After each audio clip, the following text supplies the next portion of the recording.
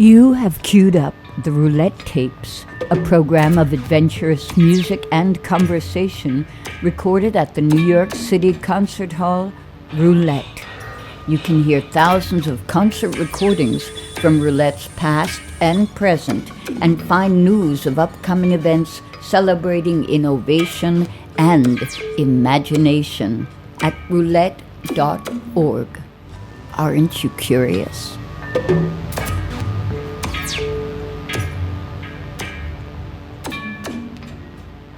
In this edition of the Roulette Tapes, composer and musician Yuka C.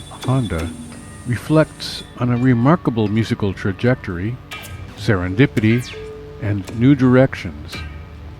Widely known for the project Cibo Matto, this program is illustrated with excerpts from a 2016 performance at the Roulette Concert Hall in New York City with drummer Susie Ibarra and electronic percussionist Ikue Mori.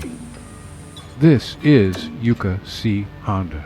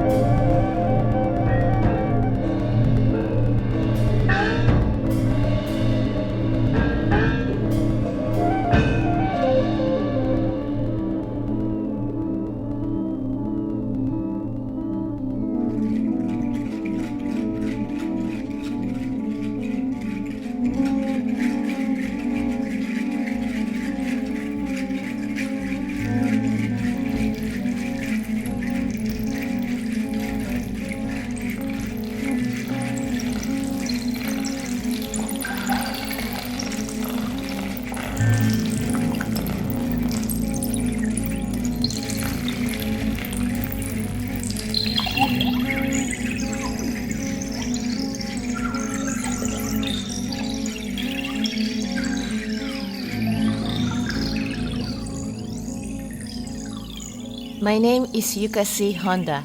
I was born in Japan.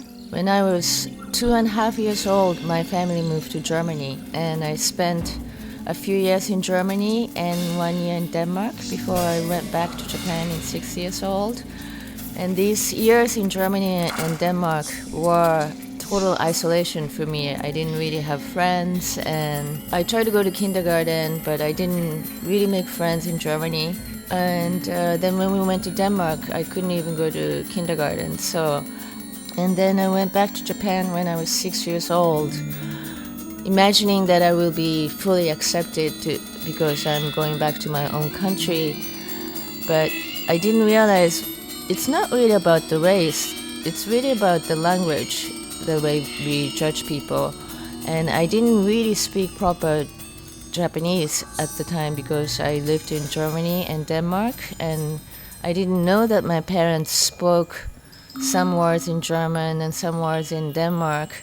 So I really had a problem gelling with other kids. So my childhood was a lot of isolation, and I ended up reading a lot of books by myself.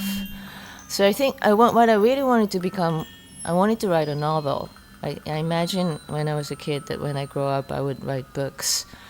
And I think that's kind of still in me. I now use music to tell my stories.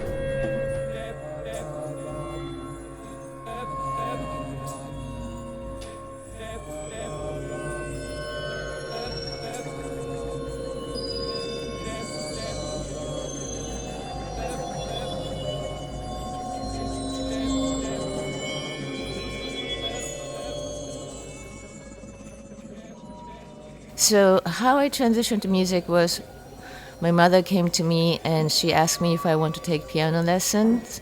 And I remember I didn't know what piano was, but it sounded very exciting. So I said yes, and I took this piano lesson. But I didn't realize this teacher was very serious, and all the other students who were coming to this piano lesson were children who are 6 years old, already knowing that they want to go to conservatory when they grow up. I never really good at playing piano, to be honest, and I eventually was told my piano teacher that one thing you shouldn't do with your life is to play music. This is a true story. So I grew up my youth thinking that one thing I know about my life is I shouldn't become a musician. When I came to New York, I was living with my friend musician Dougie Bound, and he had all these machines that he bought in Japan. This was the beginning of MIDI instruments. And he had a couple of machines that he bought in Japan that he couldn't read the manual. I had nothing else to do, so I decided to read these manuals and teach myself how to use them. And this was the beginning of Sequencer, and Sampler came out a year after I came to New York.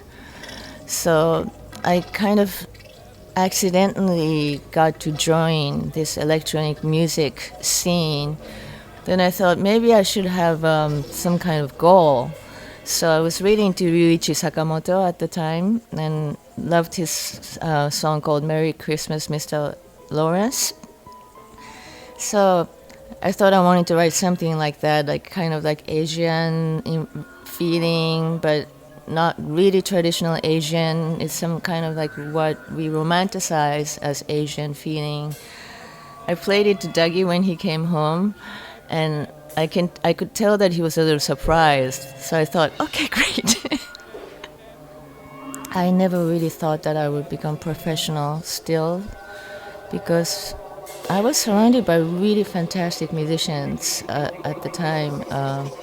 The Lounge Lizards. Also, we lived right by the knitting factory, which just opened. So I'll go there every day, and for a few dollars, amazing musicians were playing. And I think this is my probably biggest influence, that this knitting factory thing. I actually have a romantic feeling about this music I wrote before I became professional, because I do not have that innocence that I had before now. I always feel like I have to reach a certain level with my work. What I was doing then was just to do something that I want, and there's this kind of freedom that I had in music. So I actually put maybe 4 of them into my first solo album that John Zorn let me release on his Tzadik album. And I'm really fond of them because I think this is a feeling that I'm still chasing, this kind of like innocent feeling towards music.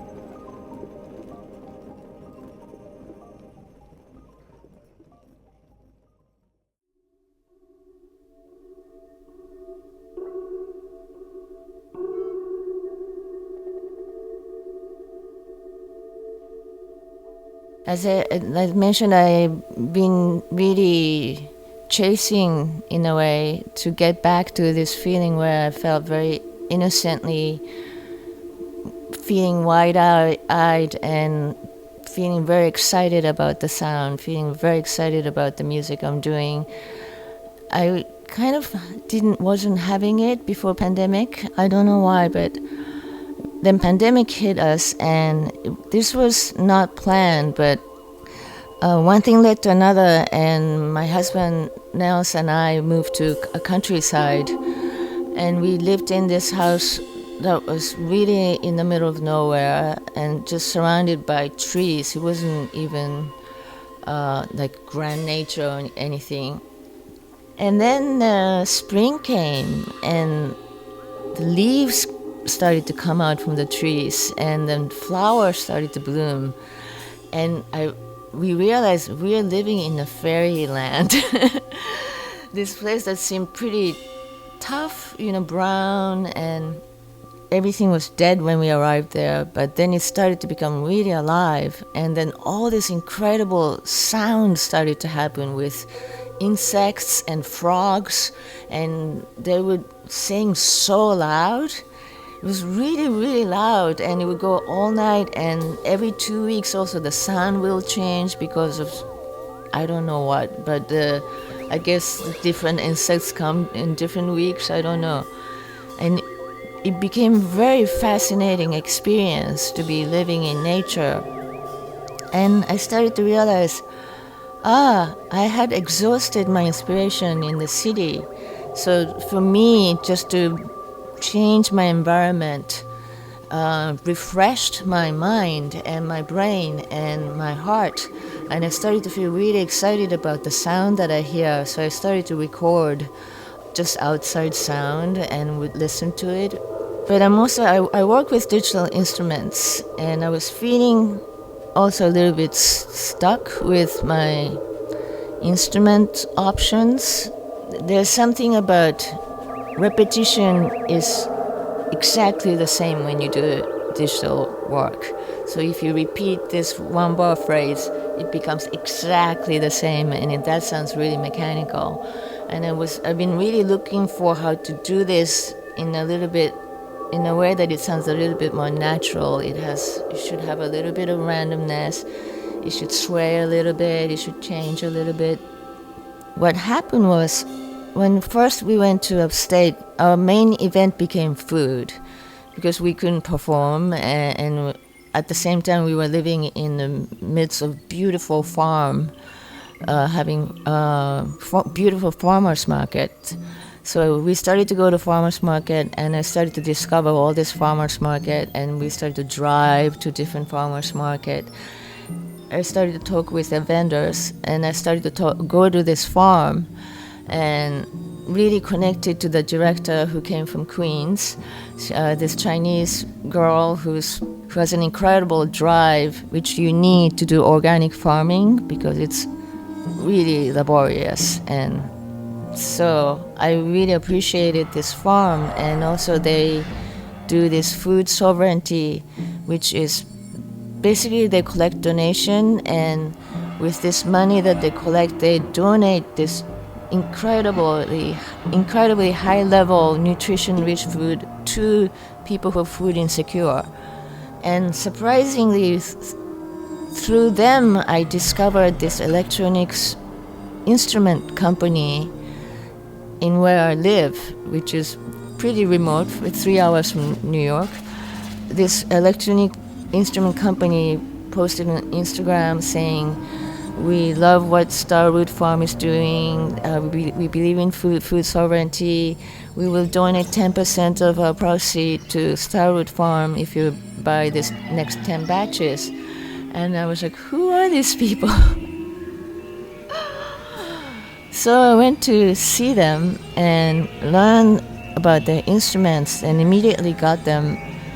These are the instruments that I had been looking for, that helps me to express things that are more organic, but by using digital instruments. The main instrument I mean to is called monome. It's spelled M-O-N-O-M-E.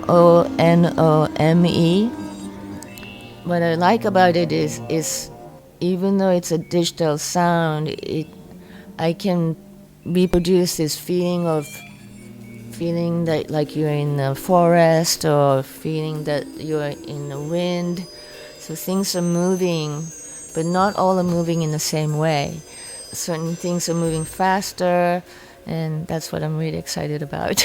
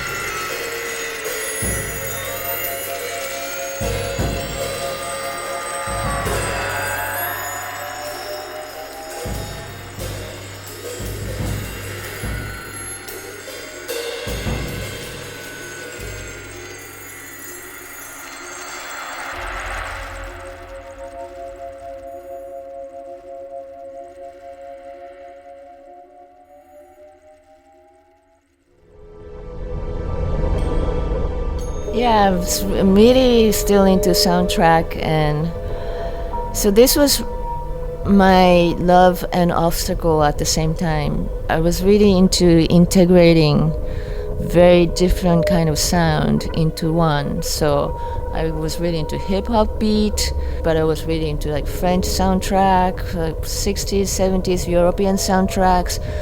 Basically, Cibo Matto became professional, and then I had to worry about the copyrights. So I stopped, and so now I'm also very happy to come back to the sampling world, because now there are sampling music services. So I won't get into problems, and this is such a relief for me. It's really like I'm back. The musical imagination and realizations of composer Yuka C. Honda. This program is made possible with support in part from the National Endowment for the Arts and the Grammy Museum. This is David Weinstein at the desk. Thanks for listening. You have been listening to the Roulette Tapes, a program of adventurous music and conversation. This series is produced by Roulette Intermedium. You can find thousands of concert recordings from Roulette's archives and news of upcoming events at roulette.org.